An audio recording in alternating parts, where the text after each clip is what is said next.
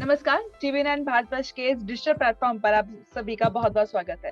भारतीय महिला cricket team हाल ही में श्रीलंका के दौरे पे गई थी। इस दौरे पर टीम ने शानदार प्रदर्शन किया, जहां वो 6 मैचों में से केवल एक ही मुकाबला हारी। इस पूरी सीरीज पर भारतीय खिलाड़ियों का प्रदर्शन कैसा था और कैसा रहा मिताली के बाद टीम इंडिया के इस नए युग का आगाज? इस बारे में विस्तार से बात करने के लिए आज मेरे साथ बेहद ही खास मेहमान हैं। तो मैं सबसे पहले स्वागत करना चाहती हूँ टीम इंडिया की पूर्व कप्तान और दिग्गज खिलाड़ी अंजुम चोपड़ा जी का। तो सबसे पहले मैम, आपका इस प्लेटफॉर्म पर स्वागत है। शुक्रिया, थैंक यू वेरी मच। इस जीत के बारे में आपसे पूछना चाहती हूँ। श्रीलंका के दौरे पर 3 टी20 और 3 वनडे मैचों की सीरीज खेली गई थी। भारत टी20 सीरीज 2-1 से जीतने में कामयाब रहा, वहीं वनडे सीरीज में उसने क्लीन स्वीप किया। क्या कहेंगे इस जीत के बारे में, कितनी अहम और कितनी खास थी? भारतीय टीम ने अच्छा खेला क्योंकि ऑफ कोर्स जीते तो अच्छा ही खेला, खराब तो नहीं खेला। लेकिन बहुत सारे एरियाज हैं जो मुझे लगता है कि जैसे जैसे भारतीय टीम आगे चलती जाएगी, अपने आप को उस एरियाज में स्ट्रॉन्गर करना चाहेगी, चाहे वो फील्डिंग हो, बैटिंग हो, बॉलिंग हो, ओवरऑल गेम हो। श्रीलंका इतनी ज्यादा एक्सपीरियंस टीम नहीं है और इतना सारा क्रिकेट उन्होंने खेला भी नहीं है। खासतौर पर जब लॉकडाउन था, तब वो कोरोना के चलते जो लॉकडाउन था, उस समय श्रीलंका टीम तो खेली ही नहीं थी बिल्कुल क्रिकेट। लेकिन उसके बाद थोड़ा थोड़ा खेलने लगी। सो ऑपोजिशन की तरफ ना देख के अगर हम सिर्फ अपनी तरफ देखेंगे तो मैं कहूंगी कि भारतीय टीम ने अच्छा खेला ऑफ कोर्स, और कुछ स्टैंड आउट परफॉर्मेंसेस थी, खासतौर पे कप्तान हरमनप्रीत की या दीप्ति शर्मा की कुछ स्टैंड आउट परफॉर्मेंसेस थी। ओवरऑल रिजल्ट हमारे फेवर में था, इंडियन टीम के फेवर में था, बट अभी भी बहुत सारे एरियाज हैं जो भारतीय टीम स्ट्रेंथन करना चाहेगी। तो इस सीरीज के साथ जेमिमा रोड्रिग्स ने वापसी की थी, जो कि टी20 वर्ल्ड कप का हिस्सा नहीं थी। हमने पहले भी इस बारे में चर्चा की थी कि टीम में उनको मौका मिलना चाहिए था, लेकिन मिला नहीं। लेकिन यहाँ पर उन्होंने पहले ही मुकाबले में काफी अच्छी बल्लेबाजी की, वो प्लेयर ऑफ द मैच भी रही। तो उनकी वापसी को आप कैसे देखती हैं कि टीम से ड्रॉप होने के बाद किस तरीके से उन्होंने वापसी की है? एक्चुअली पता नहीं वो टीम से ड्रॉप हुई थी या उनकी जगह नहीं थी वनडे टीम के अंदर, ये अभी तक क्लियर नहीं हुआ है।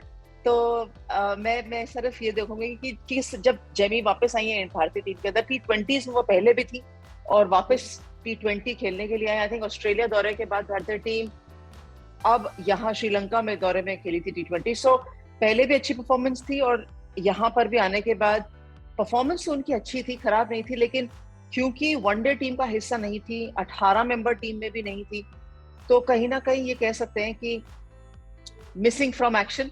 और 6-7-8 महीने का भी अगर कोई खिलाड़ी मिसिंग फ्रॉम एक्शन होता है तो ऐसा लगता है कि वो कमबैक कर रहा है। अभी भी दिल्ली बहुत दूर है, जिसे हम कहते हैं। जेमिमा रोड्रिग्स जिसकी हम बात कर रहे हैं, वो अच्छी खिलाड़ी है, बहुत शानदार खिलाड़ी है, और ऐसी खिलाड़ी है जिनको जितना ज्यादा कॉन्फिडेंस मिलता जाएगा, जो वो रन्स करती हैं, उतना ज्यादा वो बेहतर प्लेयर बनती जाएंगी। अब उनको वो रन्स करने के लिए जो खुद उनको अपना सेल्फ बिलीफ रखने की आवश्यकता है, वो उनके पास है। और जो बाहर से उनको सपोर्ट चाहिए, वो I am sure team management या और जो भी लोग उनके आसपास है, अगर वो उनको प्रोवाइड कर रहे हैं, तो आई एम श्योर कि आने वाले समय में जेमिमा रोड्रिग्स अच्छी टक्कर देंगी इस इंडियन 15 को जो ओडीआई टीम में है।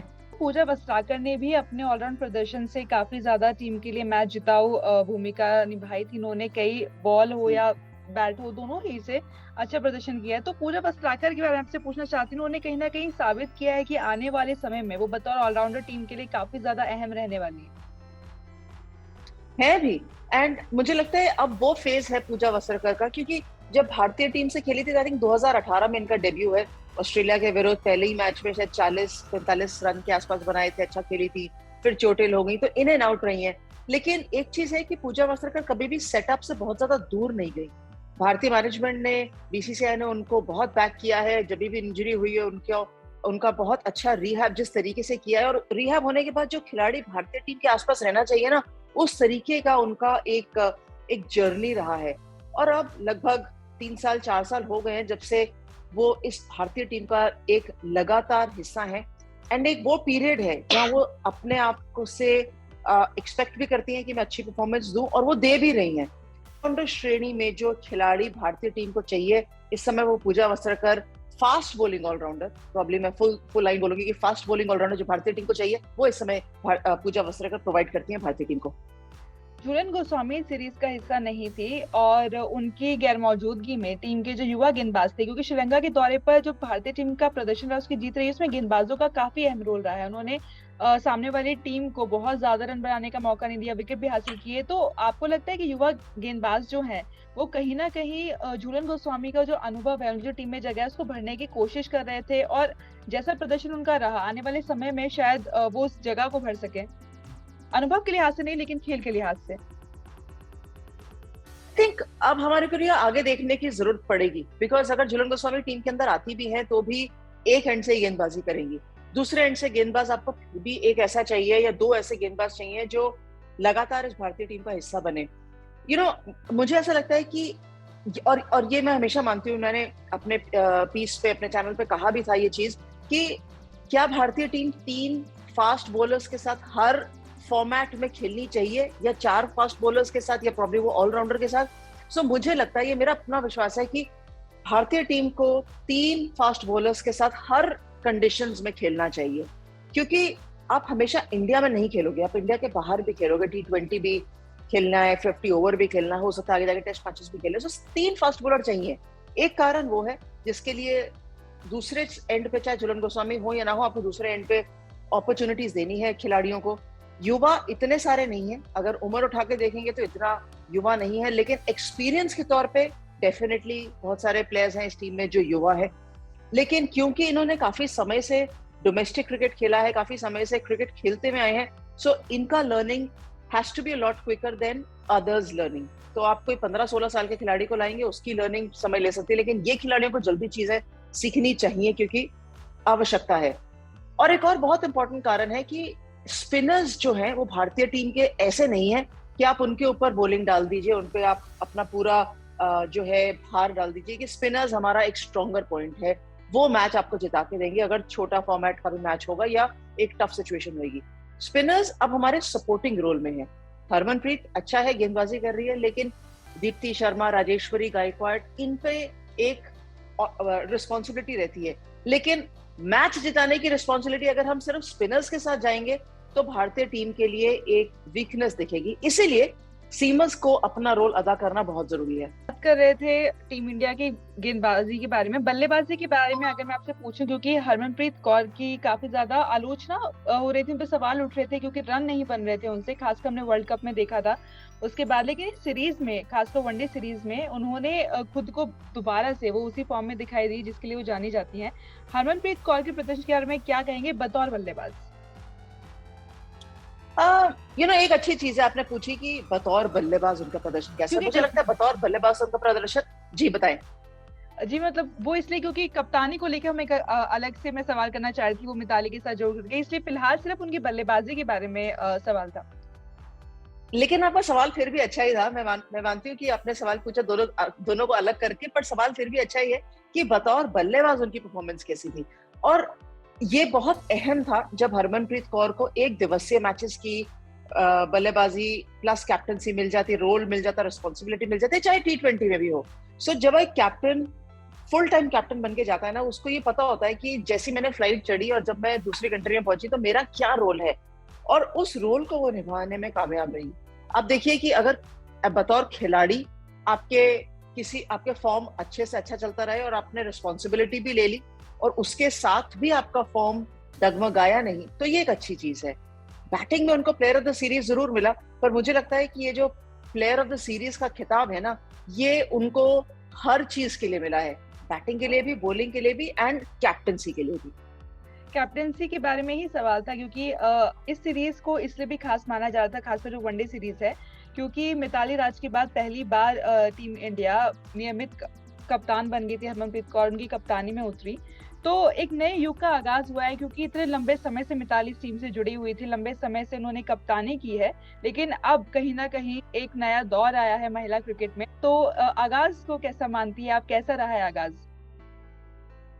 हाँ, आगाज तो अच्छा ही रहा है। एज आई सेड कि कैप्टनसी थोड़ा सा अर्ली, अगर हम कहें if you try to be judgmental कि उनकी कैप्टनसी कैसी थी, तो मुझे लगता है वो थोड़ा सा अर्ली है जज करने के लिए। T20 में हमने देखा है उनको कप्तानी करते हुए, वनडे मैचेस में भी देखा, लेकिन 3 मैचेस एक छोटा सैंपल साइज है टेस्ट करने के लिए। एक चीज अच्छी है कि she is an experience leader, she is an experience captain, तो वो कहीं ना कहीं उनको बहुत मदद करेगा। लेकिन गेम छोटे फॉर्मेट से बड़े फॉर्मेट में जब आता है और इससे ज्यादा लंबे फॉर्मेट में जब जाएगा, तो बहुत सारे एरियाज हैं जो अभी भी ज्यादा तेजी से कवर किए जा सकते हैं हरमनप्रीत कौर द्वारा, बिकॉज वो पहले से कैप्टनसी करती हुई आई हैं। So I like that role. And जब भी आप किसी को रिप्लेस करते हैं ना, तो ये चीज जरूर होती है कि आप किसी की जगह पे आए हैं, बट जब आप जगह पे आ जाते हैं ना, फिर आप ये नहीं सोचते कि मैंने क्या चीजें नहीं करनी, आप ये सोचते हैं कि मैं यहाँ से भारतीय टीम को आगे कैसे लेके जाऊं। सो आपका पर्सपेक्टिव बदल जाता है, और वही पर्सपेक्टिव अगर आपके गेम के लिए और बेहतर हो जाए, तो as a player you automatically stand out. और इस सीरीज में Harmanpreet has actually stood out as a player and as a captain. लेकिन मिताली राज ने रिटायरमेंट ले लिया है, उन्होंने अपने इतने लंबे करियर को अलविदा कहा। आप भी उनके साथ खेली हैं, लंबे समय तक मैदान पर साथ समय बिताया है, तो उनके करियर को लेकर क्या कहेंगी? जो कुछ उन्होंने महिला टीम के लिए किया है, महिला क्रिकेट के लिए किया है, कैसा उनका करियर रहा और क्या कहेंगे उनके रिटायरमेंट पर? अब करियर तो अच्छा खासा लंबा रहा है, और आई थिंक सबसे अच्छी चीज क्या होती है कि जब आप व्हेन यू स्टार्ट यंग, तो आपके पास वो इयर्स मिल जाते हैं। Of course you have to be talented to survive there as well. तो वो इयर्स मिल जाते हैं कि आपका एक लंबा करियर रहता है। और मैं हमेशा मानती हूँ कि जब मिताली ने छोड़ा भी, या पिछले कुछ वर्षों से जो मिताली खेल भी रही थी, तो इतना लंबा करियर रखने के लिए भी बहुत मेहनत चाहिए होती है। आप रोज फिटनेस करते हैं, आप रोज ग्राउंड पे जाते हैं, वो सेम चीजें करते हैं जो पिछले 25 साल से 20 साल से करते हुए आ रहे हैं। It's never easy. So yes, she's had a long career. The longevity automatically says कि वो एक बहुत अच्छे तरीके से उन्होंने अपना करियर मैनेज किया है, और भारतीय कप्तान और इतना लंबा करियर, यकीनन ये कॉम्बिनेशन बहुत रेयर होता है। कॉमनवेल्थ गेम्स में लंबे समय बाद क्रिकेट की वापसी हो रही है, अभी महिला टीम उसमें हिस्सा लेगी। क्या कहेंगी इसके बारे में कि कॉमनवेल्थ गेम्स, क्योंकि गोल्ड मेडल हमेशा जब हम क्रिकेट की बात करते हैं तो वहां पर एक चैंपियन होता है, रनर अप उस तरह से वो नहीं था, लेकिन यहाँ पे bronze, silver medal, Australia, England जैसी मजबूत टीमें भी वहां पर होंगी। तो कॉमनवेल्थ गेम्स में महिला क्रिकेट टीम को लेकर क्या कहेंगे? किन खिलाड़ियों को जगह मिलनी चाहिए और कैसी टीम होनी चाहिए, और कितना अहम ये टूर्नामेंट महिला क्रिकेट के लिए होगा? भारतीय टीम में ज्यादा बदलाव देखने को नहीं मिलेंगे। मुझे नहीं लगता कि जो टीम श्रीलंका गई थी वहां से कोई ज्यादा बदलाव रहेगा, क्योंकि T20 का फॉर्मेट है, T20 की टीम ऑलरेडी सिलेक्टेड थी और टीम ने अच्छा खेला। सो मुझे नहीं लगता कि यहाँ से टीम के अंदर कोई बदलाव होगा, वही टीम जाएगी। क्या उम्मीदें हैं? आई थिंक ये एज इट इज अपने आप में एक वर्ल्ड कप है, क्योंकि कॉमनवेल्थ के अंदर वो सारी कंट्रीज खेलती हैं जो विश्व कप के अंदर खेलती है। In fact I think West Indies अगर डिवाइड होकर आएगी तो आएगी, बाकी तो और कोई भी नेशन डिवाइड होकर नहीं आएगी, क्योंकि वो सारी टीमें खेलने वाली है। इनफैक्ट और भी होंगी जो इतना ज्यादा फर्स्ट ऊपरी क्रम में या टॉप 12 टीम्स में नहीं आई है, लेकिन जो कंपटीशन रहने वाला है वो वही रहने वाला है भारतीय टीम के लिए जो विश्व कप के अंदर है। सो कह सकते हैं कि विश्व कप जो मार्च 2023 T20 का होने वाला है साउथ अफ्रीका में, उससे पहले अब जुलाई अगस्त के अंदर जो कॉमनवेल्थ गेम्स के अंदर आपको टीम मिलेंगी, तो कह सकते हैं कि ये एक और तैयारी है विश्व कप के लिए, क्योंकि बर्मिंघम में कॉमनवेल्थ गेम्स, इनफैक्ट ये बहुत अच्छी बात है कि कॉमनवेल्थ गेम्स के अंदर वुमेन्स क्रिकेट को जगह मिली है। काफी समय से बात चल रही थी, सो आई एम हैप्पी कि लड़कियों को एक ऐसे टूर्नामेंट में खेलने का अवसर मिलेगा जहां मेडल्स मिलते हैं। आपने भी सही बोला, गोल्ड सिल्वर ब्रॉन्ज, लेकिन at the end of the day अगर आप थर्ड भी आते हैं, सेकंड भी आते हैं, फर्स्ट ऑफ कोर्स आने की कोशिश करेंगे, लेकिन जो भी आते हैं आपके पास एक अवसर रहेगा पोडियम पे चल के, और अगर फर्स्ट आते तो अपना राष्ट्रगान सुनने का भी। न्यूजीलैंड क्रिकेट बोर्ड ने एक बड़ा कदम उठाते हुए पुरुष और महिलाओं के वेतन को इक्वल कर दिया है।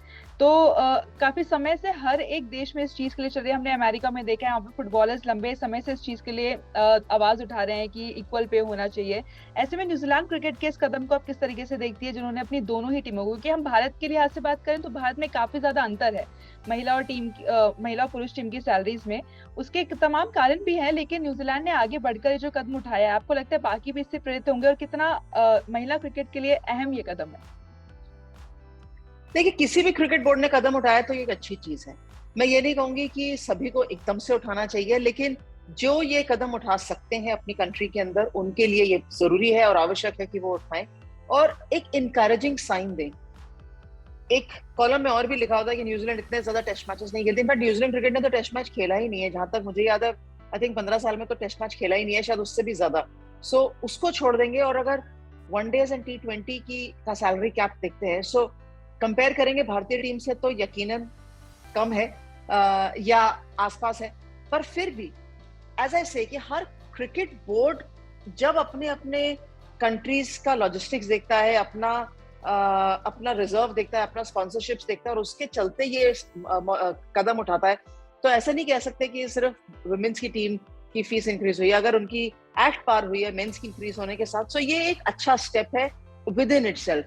एंड आई एम श्योर आज न्यूजीलैंड ने उठाया है कदम, बाकी क्रिकेट बोर्ड्स भी सोचेंगे इस चीज पे कि क्या सेम हो सकता है, और अगर सेम नहीं हो सकता तो कम से कम बढ़ोतरी की तरफ तो चल ही सकते हैं। मैम आज का आखिरी सवाल आपसे मेरा यही है, आपने मिताली राज पर बायोपिक आ रही है, उसका हाल ही में ट्रेलर रिलीज हुआ था, कहीं ना कहीं उसमें दिखाया गया है कि किस तरीके से महिला क्रिकेटर्स को शुरुआत में संघर्षों का सामना करना पड़ता था, खासकर बीसीसीआई के साथ जुड़ने से पहले। आपने भी उस समय पर क्रिकेट खेला है, तो आपसे थोड़ा सा जानना चाहती थी कि तब से लेकर अब तक कितनी चीजें बदली और इस वक्त महिला क्रिकेटर्स के सामने क्या चुनौतियां ऐसी होती थी कि बोर्ड के लिहाज से, या जैसे ट्रेलर में दिखाया गया था कि छोटी छोटी चीजें, अपने खुद के लिए जर्सी, अपने नाम की जर्सीज नहीं होती थी, तो ऐसे में खुद को मोटिवेट करना कितना मुश्किल रहता था उस वक्त पे, और क्या सारी ऐसी चुनौतियां होती थी? देखिए ट्रेलर पे तो कमेंट नहीं कर सकते, पिक्चर आने दीजिए तब देखेंगे, लेकिन हाँ कुछ चुनौतियां तो डेफिनेटली रही थी। और ये बीसीसीआई के आने के बाद ऐसा नहीं है कि बीसीसीआई आया है तो ही चेंज हुई है, धीरे धीरे चीजें चेंज होती रही है। पहले तो वुमेन स्पोर्ट्स पर्सन की क्लोथिंग ही बड़ी मुश्किल से दिखती थी, मिलती थी। आप जाके दुकानों में पूछेंगे तो वो कहेंगे आपको टी शर्ट लेनी, तो सिर्फ मेंस साइज की टी शर्ट बनती थी, वुमेन्स कट तो बनते ही नहीं थे। तो जैसे आउटसाइड वर्ल्ड में चेंजेस आने लगे, वैसे स्पोर्ट्स वर्ल्ड में भी चेंजेस आने लगे। एंड आपने पूछा कि कितनी चीजें बदलाव हुई हैं, डेफिनेटली जो चीजें हमारे सीनियर्स ने, इनफैक्ट अगर मैं कहूँ कि अर्ली 1970 से लेके 1990s तक जो चीजें वुमेन क्रिकेटर्स को मिलती थी या अब जो इन क्रिकेटर्स को मिलती, तो उसमें तो बहुत बदलाव है। बट धीरे धीरे चीजें इंप्रूव ही हुई हैं, ऐसा नहीं कहेंगे कि टूर्नामेंट्स नहीं थे, या of course financial remuneration is one thing which is obviously very clear कि बीसीसीआई के आने से एक रेगुलर फाइनेंशियल रेम्यूनरेशन मिलने लगा है, चाहे वो कम है ज्यादा है वो अलग चीज है, लेकिन मिलने जरूर लगा है। So that's one factor which is absolutely different and change. बाकी इंफ्रास्ट्रक्चर एक और फैक्टर है जो भारतीय टीम के बीसीसीआई के साथ जुड़ने से भारतीय महिला टीम को भी या इवन डोमेस्टिक प्लेयर्स को भी वो अवसर प्रदान होने लगा। पहले भी इंफ्रास्ट्रक्चर था, लेकिन अब स्टैंडर्डाइज इंफ्रास्ट्रक्चर है, सो उसका भी फायदा मिला है खिलाड़ियों को। चलिए उम्मीद करेंगे कि टीम इंडिया आने वाले कॉमनवेल्थ गेम्स में नहीं बल्कि वर्ल्ड कप में भी बहुत ज्यादा अच्छा प्रदर्शन करे। मैम आज हमारे साथ इस प्लेटफॉर्म पर आपका जुड़ने के लिए बहुत बहुत शुक्रिया। शुक्रिया।